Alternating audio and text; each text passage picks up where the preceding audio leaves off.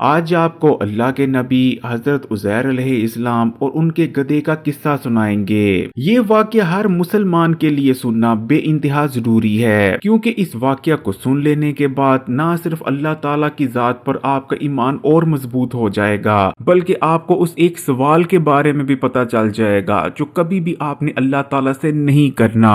ایک ایسا سوال جو دنیا میں آپ کو مشکل اور تباہی میں ڈال سکتا ہے، جبکہ آپ کی تمام نیکیوں کو ضائع کر آخرت میں آپ کو جہنم تک پہنچا سکتا ہے۔ حضرت عزیر علیہ السلام اللہ تعالیٰ کے ایک نبی تھے جو کہ اللہ تعالیٰ کے نہایت فرما بردار تھے۔ حضرت عزیر علیہ السلام اللہ تعالیٰ کے ہر حکم کو تسلیم کیا کرتے تھے، یہی وجہ تھی کہ آپ جو بھی دعا کرتے تھے آپ کی ہر دعا قبول ہوا کرتی تھی۔ حضرت عزیر علیہ السلام کو حضرت موسیٰ علیہ السلام کے بعد بنی اسرائیل میں نبی بنا کر بھیجا گیا تھا۔ حضرت عزیر علیہ السلام توریت کے حافظ تھے۔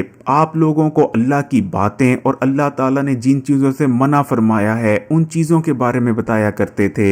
لیکن جب بنی اسرائیل کی قوم اللہ تعالیٰ کی نافرمان ہو گئی، جب بنی اسرائیل کی قوم نے ان کاموں کو کرنا چھوڑ دیا جن کاموں کا اللہ تعالیٰ نے حکم دیا تھا، اور ان کاموں کو کرنا شروع کر دیا جن کاموں سے اللہ تعالیٰ نے روکا تھا، تو اس کے بعد بنی اسرائیل پر اللہ تعالیٰ کا عذاب نازل ہوا، اور بنی اسرائیل پر یہ عذاب بابل کے بادشاہ نقط نصیر کی صورت میں بھیجا گیا۔ بابل کے بادشاہ نقط نصیر نے بنی اسرائیل پر حملہ کر دیا اور چن چن کر بنی اسرائیل کو مارنے لگا۔ اس نے یروشلم کو تباہ کر کے رکھ دیا، توریت کی ایک جلد بھی باقی نہ چھوڑی، 40,000 بنی اسرائیل کے عالموں کو مار دیا اور 1,00,000 یہودیوں کو قید کر دیا۔ قید ہونے والوں میں حضرت عزیر علیہ السلام بھی شامل تھے۔ لیکن ایک دن اللہ تعالیٰ نے اپنے معجزے اور اپنی رحمت سے اپنے نبی حضرت عزیر علیہ السلام کو قید سے آزاد کروا دیا۔ آپ رہائی کے بعد بنی اسرائیل آتے ہیں تو دیکھ کر حیران رہ جاتے ہیں کہ پورا بنی اسرائیل تباہ و برباد ہو چکا ہوتا ہے، ہر طرف ویرانی چھائی ہوتی ہے، بنی اسرائیل میں کوئی زندہ انسان نظر نہیں آتا، ہر طرف قبریں ہی قبریں ہوتی ہیں۔ یہ دیکھ کر حضرت عزیر علیہ السلام کی آنکھوں سے آنسو جاری ہو جاتے ہیں اور اب رونے لگتے ہیں، جس کے بعد اب جذبات میں آ کر اللہ تعالیٰ سے یہ فرماتے ہیں، اے اللہ تو ان لوگوں کو کیسے زندہ کرے گا اور اس مکمل طور پر تباہ ہو گئے اور ویران شہر کو دوبارہ کیسے بسائے گا؟ جب آپ اپنے دکھ سے تھوڑا سنبھلتے ہیں تو آپ ادھر ادھر دیکھتے ہیں، آپ کو کچھ میوہ دار جھاڑیاں نظر آتی ہیں، آپ کچھ میوہ جات توڑتے ہیں، کچھ کو کھا لیتے ہیں اور کچھ کو اپنے پاس سنبھال کر رکھ لیتے ہیں، انگوروں کی بیل سے انگور توڑتے ہیں اور انگوروں کا رس پیتے ہیں۔ آپ کے ساتھ آپ کا گدھا بھی ہوتا ہے، اسی گدھے پر سوار ہو کر آپ یروشلم تشریف لائے ہوتے ہیں۔ آپ اپنے گدھے کی رسی کو مضبوطی کے ساتھ درخت کے تنے کے ساتھ باندھ دیتے ہیں اور اسی درخت کے نیچے لیٹ کر آرام کرنے لگتے ہیں۔ اس وقت آپ کی عمر تقریباً 40 سال کے قریب تھی۔ اتنی دیر میں اللہ تعالیٰ نے موت کے فرشتے کو حکم دیا کہ عزیر کی روح کو قبض کر لیا جائے،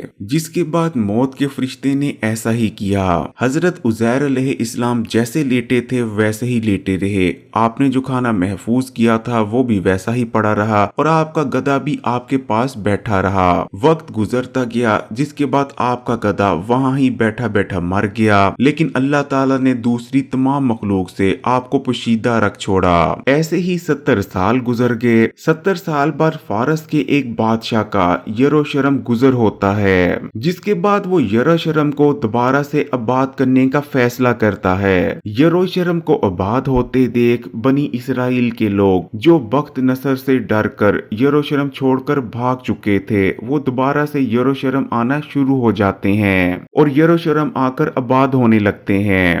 یروشلم میں نئی عمارتیں تعمیر کی جاتی ہیں، باغات لگائے جاتے ہیں، اور یہ سب چیزیں پہلے سے بہت زیادہ اچھی اور بڑے پیمانے پر کی جاتی ہیں۔ جس کے بعد مزید 30 سال گزر جاتے ہیں، یعنی اب حضرت عزیر علیہ السلام کو لمبی نیند میں سوئے 100 سال کا عرصہ گزر چکا تھا۔ اللہ تعالی حضرت عزیر علیہ السلام کو لمبی نیند سے جگا دیتے ہیں اور پوچھتے ہیں، عزیر کتنی دیر سوئے رہے؟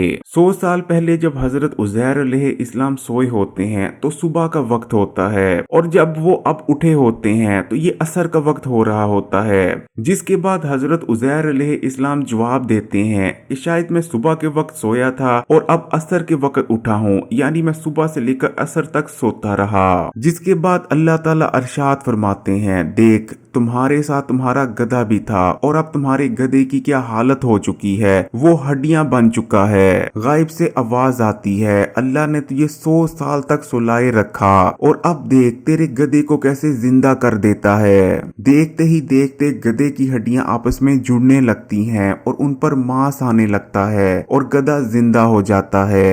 अल्लाह ताला मजीद इरशाद फरमाते हैं, 100 साल गुजर जाने के बाद आज भी तेरा खाना बिल्कुल ठीक हालत में है।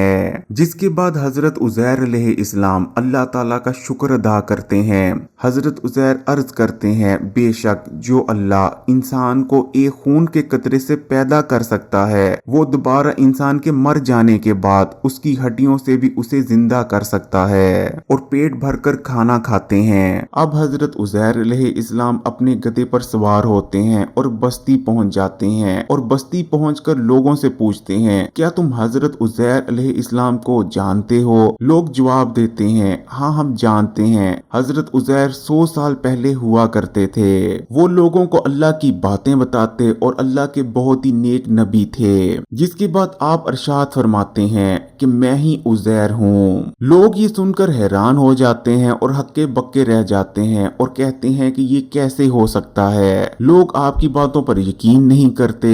जिसके बाद 120 साल की एक बूढ़ी औरत को बुलाया जाता है। बनी इसराइल के लोग उस बूढ़ी औरत से पूछते हैं, तुम जिस हजरत उज़ैर की हमें बातें बताया करती हो उसकी निशानियों के बारे में बताओ। वो बूढ़ी औरत हजरत उज़ैर अलैहिस्सलाम की निशानियां बताना शुरू करती है। वो बूढ़ी औरत बताती है कि हजरत उज़ैर अलैहिस्सलाम इस किस्म के कपड़े पहनते थे, ऐसे बोलते थे, ऐसे चलते थे, ऐसा उनका चेहरा था, ऐसी आंखें और ऐसी रंगत थी। लोग जैसे जैसे बूढ़ी औरत की बताई निशानियों को सुनते जाते हैं, लोगों को यकीन होता जाता है। अब वो औरत हजरत उज़ैर अलैहिस्सलाम को कहने लगती है, अगर तुम वाकई ही हजरत उज़ैर अलैहिस्सलाम हो तो तुम मेरे लिए दुआ करो कि अल्लाह ताला मेरी आंखों को ठीक कर दें, क्योंकि हजरत उज़ैर अलैहिस्सलाम अल्लाह के बेहद नेक बंदे थे। हजरत उज़ैर जो दुआ किया करते थे वो कबूल हो जाया करती थी। जिसके बाद हजरत उज़ैर अलैहिस्सलाम उसकी आंखों के लिए दुआ करते हैं। जिसके बाद उसकी आंखों की रोशनी वापस लौट आती है।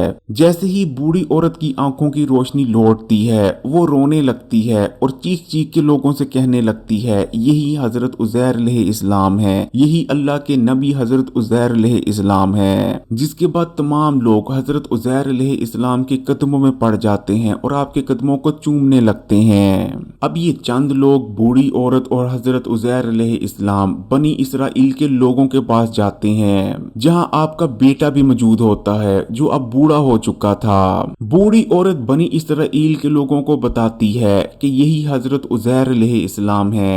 बनी इसराइल के कुछ लोग यकीन करते हैं और कुछ लोग नहीं करते। हजरत उज़ैर अलैहिस्सलाम का बेटा भी यकीन नहीं करता और आपसे पूछता है कि मेरे बाबा के कंधे पर एक काला मसा था जो कि चांद की मिसाल था।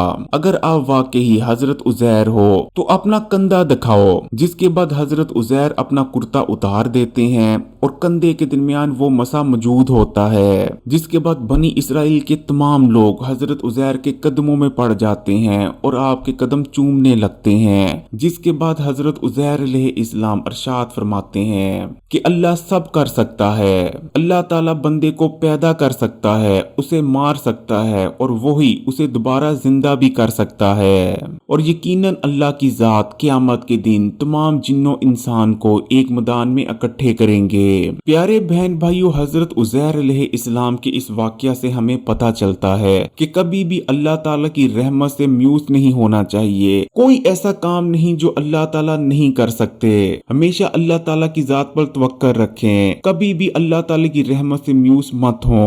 अल्लाह ताला की जात हर चीज पर कादिर है। उसने सिर्फ कुन कहना है और हो जाना है। अल्लाह ताला से यही दुआ है कि अल्लाह ताला मेरे तमाम बहन भाइयों की तमाम मुश्किलों और परेशानियों को दूर फरमाए और उनके दस्तरखानों में वुसअत अता फरमाए। अगर वीडियो अच्छी लगी तो कमेंट्स में माशाअल्लाह या सुभान अल्लाह जरूर लिखिएगा और मजीद वीडियोस के लिए इस्लामी बात को सब्सक्राइब कर घंटी का आइकॉन को दबा दें और ऑल नोटिफिकेशन को सिलेक्ट कर लीजिएगा। जज़ाकल्लाह।